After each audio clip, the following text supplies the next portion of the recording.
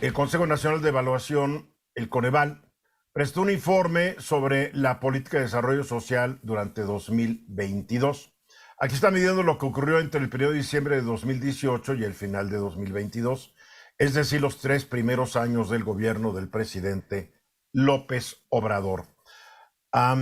No son los mejores resultados que uno pudiera esperar, mi querido Venus. No lo son, Eduardo. Fíjate que en suma, hay un retroceso en la cuestión de la pobreza. A mí me llama la atención porque Más bien habría un avance en la situación de la pobreza. Bueno, Porque si hubiera un retroceso, diría que hay menos pobres. Sí, lo puedes ver de ambos lados. El caso es que la situación de la pobreza está peor que en diciembre de 2018. Lo cual me llama mucho la atención porque una de las banderas centrales del presidente, y lo ha dicho desde que yo era jovencito, allá en los 90, me acuerdo que lo decía, es primero los pobres, por el bien de todos, primero los pobres, y su gobierno y todo su actuar está orientado a ello.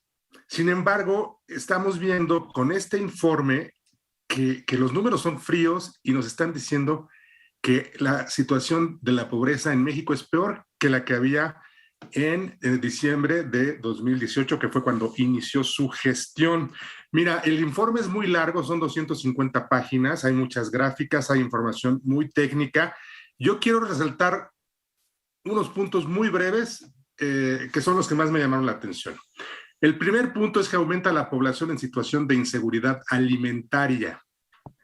Esto se debe a la pérdida del poder adquisitivo, a pesar de que ha habido incrementos en el salario mínimo, pero pues también ha habido inflación y también ha habido pues una serie de factores que impiden que la gente tenga la seguridad alimenticia.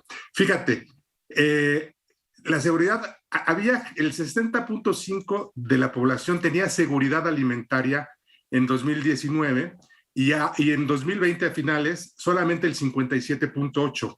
Quiere decir que las personas perdieron la seguridad. Y la inseguridad alimentaria leve pasó del 19.2 al 21.5. La inseguridad alimentaria moderada del 12 al 12.7%. Y la inseguridad alimentaria severa, esa sí se ganó un poco, del 8.3 disminuyó al 8.1. Bueno, el segundo punto que quiero resaltar es que se agudizó en términos generales la pobreza. Fíjate, la pobreza en general las personas que estaban en situación de pobreza era el 41.9 y en finales de 2020 43.9. Pero ojo aquí, la pobreza moderada aumentó del 34.9 de la población al 35.4 y la pobreza extrema subió del 7% al 8.5%. Estamos hablando de muchos millones de mexicanos que ahora están en la pobreza. Y otra cosa que hay que destacar, el tercer punto, es la pobreza laboral urbana. La pobreza laboral significa que la persona tiene un trabajo, pero el ingreso que tiene no es suficiente para la canasta básica. En 2019 era el 39.6 y ahora en el último trimestre de 2022, 40.1, así que hubo un crecimiento. Y para terminar, creció el porcentaje de población con carencia por acceso a los servicios de salud. Creo que aquí es lo más grave del asunto. La media nacional en 2018 era de 16.2. La media nacional en 2022, fíjense bien, es de 28.2. Yo cuando vi ese dato dije, no, debe haber un error, porque estamos hablando del 16 al 28% del porcentaje de la población con carencia a los servicios de salud. Es muchísimo, Eduardo. Quiere decir, claro, se explica por la pandemia, no lo niego, eso vino a agudizar y a poner en problema no solo a México, sino a todo el mundo, pero en materia de salud ha sido un verdadero desastre. A ver, ¿qué ha ocurrido en estos últimos 3 años? Hay que hacer un análisis de lo que ha ocurrido. Ocurrió una pandemia que paró las economías de la mayor parte de los países del mundo. La de México nunca llegó a parar totalmente porque México nunca se cerró totalmente, porque la economía informal siguió funcionando y 6 de cada 10 mexicanos que constituyen la población económicamente activa están en la economía informal. Ahí no es de que si no voy a trabajar me paga la empresa por estar en casa. Hubo una pandemia y después hubo una secuela económica de la pandemia. Se interrumpieron las cadenas de producción, se encarecieron muchos productos, hubo grandes faltantes. Después vino la guerra de Rusia contra Ucrania y se trastornó aún más la economía del mundo, los precios de los energéticos se fueron para arriba, etcétera, etcétera, etcétera. Entonces, yo no estoy de acuerdo que sea nada más el fracaso o no de las políticas públicas del presidente López Obrador. Y yo creo que estas políticas estaban diseñadas para una economía predecible todavía en 2019. El problema es que llegó la pandemia y no es ninguna justificación porque han fallado muchos planes del presidente, pero también hay que reconocer, cuando nosotros nos fuimos del programa el 20 de marzo del 2020, ¿qué es lo que dijimos? ¿Nos vemos dentro de un mes o ya se les olvidó? No. ¿Ok? Porque nadie de nosotros imaginó lo que venía. El desastre universal. No quiero defender al presidente porque queda claro que yo no estoy de acuerdo con muchos de sus programas, pero quisiera saber cómo estaría esta gente sin los programas, Venus.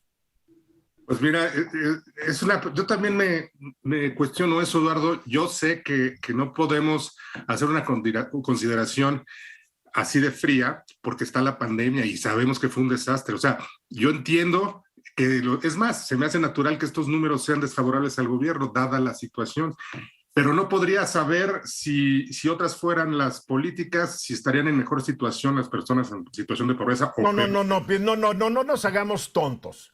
Si no hubieran estas becas y estos aumentos al mínimo, etcétera, etcétera, estarían peor todavía. No nos hagamos. Bueno, sí, estarían peor.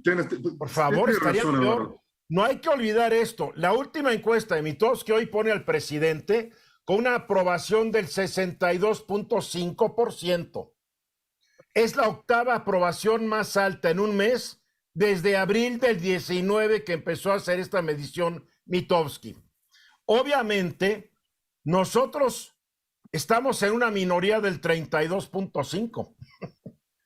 Obviamente, la mayoría de la gente está considerando que le ha ayudado estas cosas. Yo siempre digo, para nosotros tal vez 1,000 pesos, 3,000 pesos no es una gran ayuda.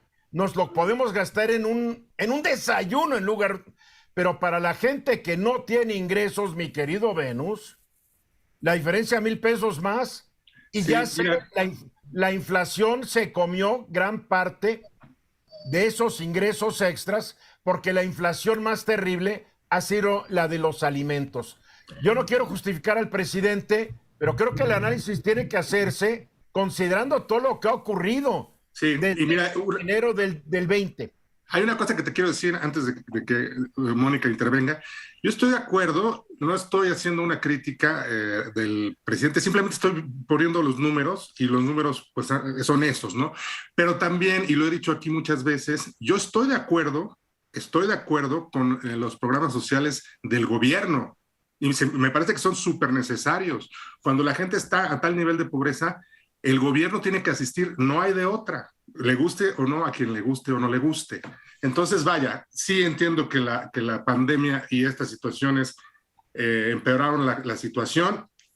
Y me hago esa pregunta que te haces, Eduardo, ¿qué tal si no hubiera estos programas? A lo mejor estarían peor, pues a lo mejor sí estarían peor. Tal vez estarían peor, yo creo que estarían peor. Mónica. Bueno, yo me concentraría nada más en el indicador acerca del acceso a la salud. Yo creo, y esto empezó antes de la pandemia, que hubo un problema de planeación, presupuestación y administración y control de gestión con respecto a la cuestión de medicamentos, sobre todo medicamentos. Ahí creo que hubo un gran error en querer concentrar las compras cuando ya existía un sistema consolidado que garantizaba que los medicamentos estuvieran donde tenían que estar, en el acceso directo a las personas, especialmente hablo de las personas con cáncer, que esto no se logró. No, se ha manejado con las patas lo que es el sector salud en este país. Se manejó con las patas la pandemia. Se murieron más de los que se deberían haber muerto. Ahí no podemos darle la vuelta. Ahí no puede haber defensa alguna a la mala gestión que ha habido en la Secretaría de Salud con los dos elegidos por el presidente. Juan. De alguna manera también durante la pandemia no hay que olvidar que el gobierno decidió no darle apoyo de ningún tipo a las empresas de ningún tamaño. Muchas empresas cerraron, muchas personas perdieron definitivamente su empleo. A pesar de las ayudas gubernamentales, hubiera sido mejor tener un empleo. Se perdió, cerraron muchísimas empresas y muchos sectores salieron afectados. Yo nomás te quiero recordar, Juan, nomás te quiero recordar que el gobierno mexicano tradicional y ancestralmente tiene una falta absoluta de recursos. Tú estás hablando como si estuviéramos en Suecia, Finlandia o en Dinamarca. Este gobierno no tiene dinero. La verdad. Vamos a los mensajes.